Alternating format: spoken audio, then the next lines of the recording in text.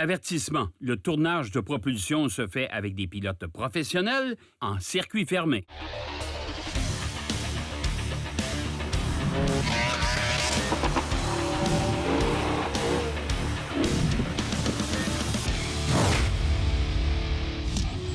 Cette semaine à propulsion, on se promène en Kia Rio dans les rues de Québec et une lutte sans pitié entre la Volkswagen GTI et la Civic SI.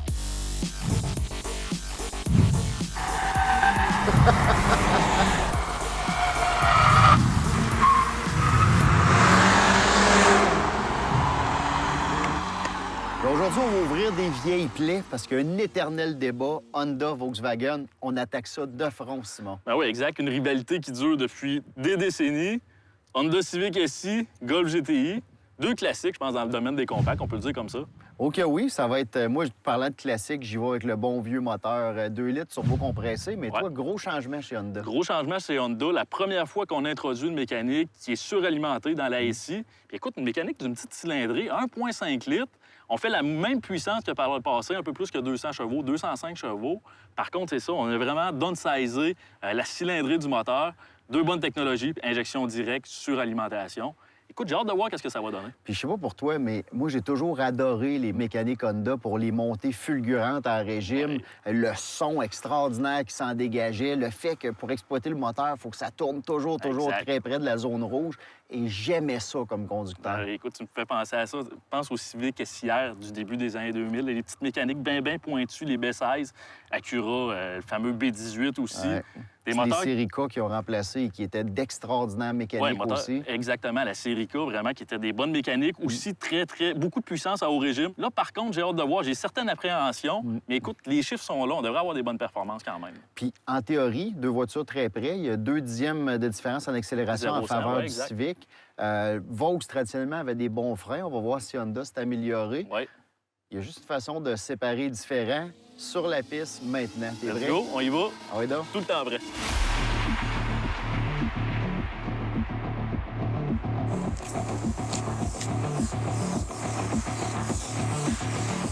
GTI contre Honda Civic, ça va être un départ. C'est parti. Oh! Pas mal plus de coupe à bas régime, c'est ça, mais la ligne rouge qui arrive pas mal plus rapidement aussi.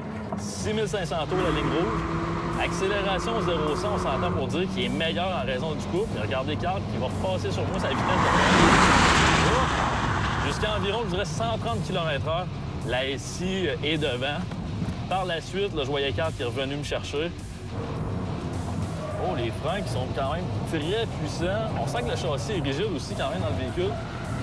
La pédale de frein qui est bonne. Oh, ça, j'aime ça, par contre. Le véhicule est un petit peu sur virage. Donc, je suis capable de faire pivoter le véhicule légèrement en virage. En regardant la sortie de virage, qu'est-ce que ça donne? Quand même pas mal de grippe au niveau du train avant, sortie de virage. C'est sûr qu'on a un différentiel à glissement limité, différentiel LSD dans le véhicule. Si on regarde vraiment qu'est-ce qui est nouveau au niveau de la Civic SI, c'est vraiment la motorisation. Moteur 1,5 litres. Moteur d'une toute petite cylindrée. Par contre, on fait des puissances qui sont intéressantes. 205 chevaux, c'est exactement le même nombre de puissances qu'on avait avec la génération précédente. Par contre, attention, pas mal plus de coupe à bas régime. On parle de 18 livres de coupe supplémentaire et le couple, justement, est disponible à des tours moteurs qui sont plus intéressants. Le couple est disponible à partir de 2100 tours RPM.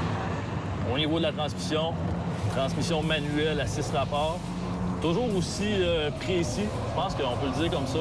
Les véhicules Honda qui ont toujours été réputés pour avoir des boîtes manuelles agréables, des boîtes de manuelles précises aussi.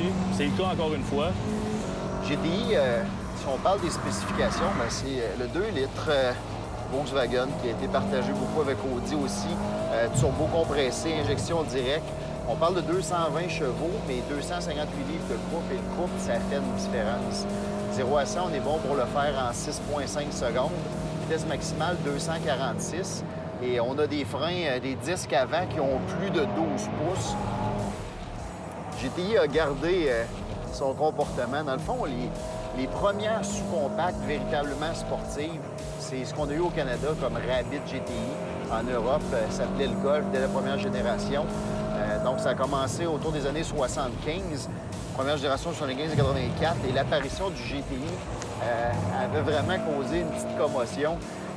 Voiture ridiculement légère, avec un petit moteur en forme, pas excessivement puissant, mais quand même une mécanique qui permettait de s'amuser.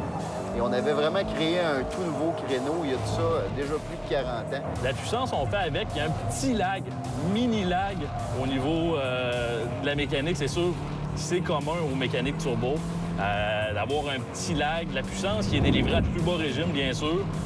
205 chevaux, c'est pas mauvais du tout. La performance 0-100 est là aussi. 6,3 secondes de 0-100. Fait que ça, c'est quand même pas rien. C'est quand même très, très bien côté puissance. J'essaie de maximiser la grippe des pneus. Les pneus quand même assez larges, 2,35, 40, 18 en avant. En fait, c'est la même dimension aux 4 roues. En sortie de virage, l'adhérence est là aussi. Ça paraît qu'on a un bon différentiel en avant, différentiel limite de slip. Précision aussi dans le levier de la transmission. Ça, j'adore ça. Comme on aime, le GTI, si la voiture réagit encore très, très bien en manœuvre de trail braking. Donc, je suis capable de faire pivoter l'arrière de l'auto en entrée de virage et c'est excessivement efficace. La suspension réagit bien, les bords anti-roulis sont d'une dimension suffisante. Il n'y a pas beaucoup de roulis droite-gauche. La voiture n'a pas tendance à plonger beaucoup en freinage. Consommation d'essence très raisonnable. On parle de 9,5 litres au 100 en ville et 7,2 sur autoroute. C'est vraiment très, très bon. Et les sièges, j'ai pas pris... Dans le véhicule d'essai, on n'a pas l'option cuir, mais les sièges ont un design vraiment hyper particulier et que de maintien latéral. Là, on se sent vraiment... On se sent assis dans les sièges Recaro qui ont fait les belles années de Volkswagen. On a différents modes qu'on peut sélectionner. Présentement, c'est sûr, je suis sur la piste, donc je roule la voiture en mode sport. Qu'est-ce que ça fait quand on sélectionne le mode sport? C'est que la direction devient un peu plus précise, la suspension aussi se raffermit et on a une réponse de l'accélérateur qui est plus rapide. On peut le sentir aussi là, quand on sélectionne les différents modes de conduite. Le mode sport se sélectionne directement ici sur la planche de bord avec le bouton que j'ai juste ici. En raison de la mécanique turbo-compressée, c'est un véhicule qui est plus efficace, je dirais en sortie de virage, plus efficace en accélération initiale. La voiture qui est stable sur la piste, justement, en raison de barres stabilisatrices un peu plus grosses que les versions, disons, régulières de la Civic. Là, écoutez, c'est vraiment les pneus qui se lamentent littéralement sur le dos.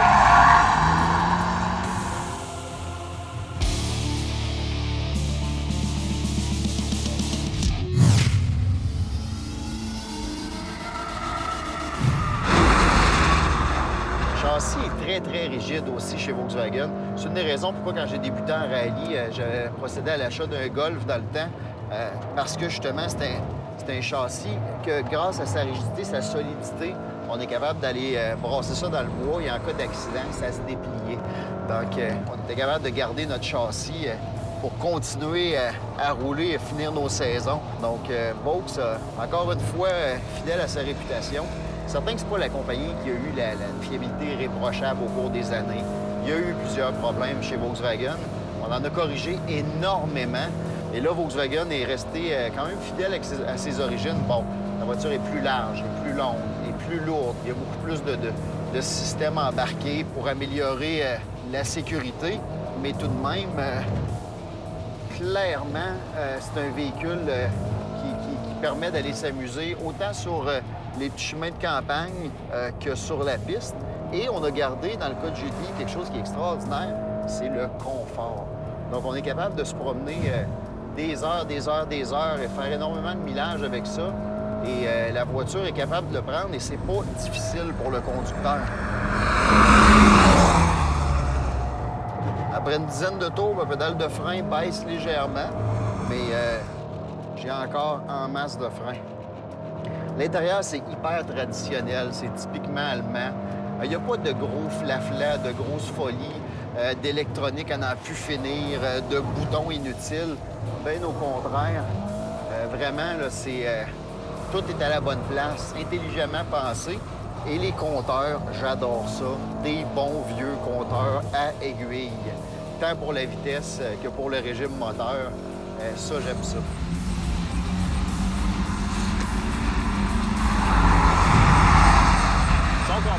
SI, par rapport aux versions, disons, de base de la Civic, version Touring aussi qu'on trouve avec la Civic, c'est sûr qu'on a des ajouts extérieurs. On a des roues de 18 pouces, des pneus quand même assez larges aussi. Les pneus Goodyear qu'on a présentement sur la voiture, on a quand même une surface de contact qui est assez large aussi. Donc, ça nous permet d'optimiser la tenue de route de ce côté-là. Bien sûr, on a un système de freinage un peu plus efficace.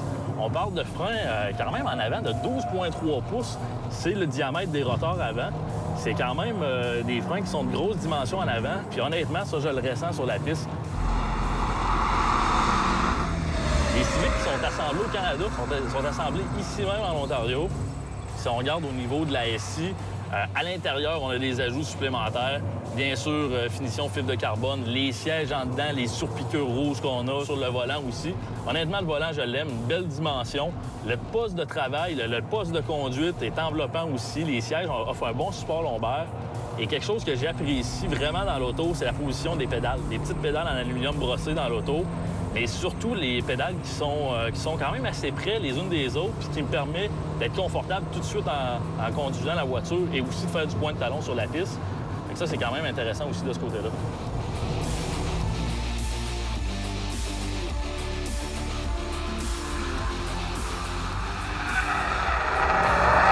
La boîte DSG est extraordinairement efficace chez Vaux. C'est certain que je suis encore un fan de bonne vieille boîte manuelle. Et la manuelle est aussi nettement à la hauteur. Sur la ligne droite, je suis dans l'aspiration de Simon, puis je suis pas capable d'aller chercher 1 mm, mais freinage, il freine tellement plus tôt. C'est complètement fou. Même chose pour sa vitesse d'entrée-sortie en virage, c'est le jour et la nuit. Là. Je le dis d'avance, mon Simon, quand je te passe, tu vas disparaître.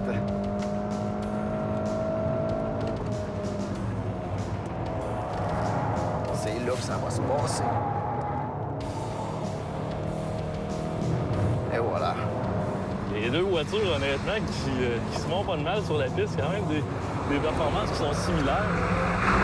Honnêtement, la Civic, si on regarde par rapport à toutes ses concurrentes, premièrement, par rapport à la GTI, la Civic est moins puissante, 205 chevaux. La GTI Carl conduit aujourd'hui, c'est quand même 220 chevaux. Et surtout, si on la compare à la Ford ST, la Focus ST, c'est 252 chevaux. On peut dire que c'est la voiture la moins puissante de sa catégorie. Par contre, une voiture qui est quand même assez légère, 2889 livres, c'est 200 livres de moins que la GTI que Carl conduit aujourd'hui. Ma voiture d'essai, je vais la laisser refroidir un peu, c'est pas petite, mais avec les options transport, préparation, je suis à 38 000 $. Et pourtant, j'ai pas l'intérieur en cuir. Il manque quand même plusieurs options à l'intérieur du véhicule. Donc, 38 000 $, en effet, ça se rapproche beaucoup de la valeur d'un Golf R. C'est une question de choix. Il y a des gens qui n'aimeront pas conduire une traction intégrale parce que, bon, c'est un petit peu plus lourd. C'est certain que la consommation d'essence risque d'être plus élevée. Mais si on n'est pas des puristes, faut réfléchir. Tu sais, des fois, on se laisse emballer quand on arrive dans le bureau, qu'on commande notre nouvelle voiture et qu'ils nous disent les options, t'es veux-tu? Oui, oui, oui, mets-moi sur les options. Mais bon, le Golf R, il y a un intérieur en cuir superbe.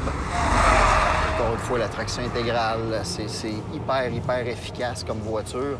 Donc, pensez-y. Pensez-y quand vous mettez équiper votre GTI.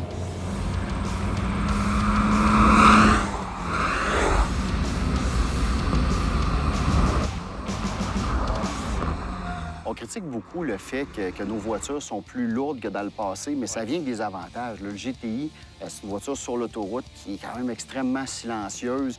On sent que c'est solide, il y a une belle portée. Il y a des systèmes de contrôle pour ceux qui en ont besoin, des aides à la conduite qui sont vraiment efficaces. Même chose pour le Honda. Exact, même chose pour le Honda. Vous allez peut-être m'avoir trouvé négatif un peu quand je parlais de la voiture tout à l'heure côté piste. Par contre, c'est ça. Dans la rue, une voiture qui est, oui, peut-être un peu plus grosse que par le passé. Par contre, une voiture qui est plus confortable, une voiture qui est mieux insonorisée aussi. Ça, je pense qu'il faut en parler parce que chez Honda, les dernières années, on a eu des petites lacunes côté insonorisation, puis j'ai souvent critiqué les véhicules Honda pour leur insonorisation. Là, on revient quand même avec une voiture qui est bien bâtie, des bons matériaux à l'intérieur, meilleure insonorisation. Côté fabrication aussi, c'est quand même une voiture qui est fabriquée ici en Ontario, fabriquée au Canada. Fait que ça, il faut se le dire. Je pense que c'est bon de le noter. Juste l'épaisseur des tapis d'un Civic, là, quand vous y allez sous les pieds passagers, c'est vraiment, vraiment très épais et ça aide beaucoup à garder le niveau sonore très bas. Oui, exactement. Fait que, oui, c'est sûr que ça va peut-être être une voiture qui va être un peu plus embourgeoisée, comme on le disait tout à l'heure. Par contre, il y a quand même ses bons côtés à ça aussi. Il y a de l'espoir. Il y a de l'espoir.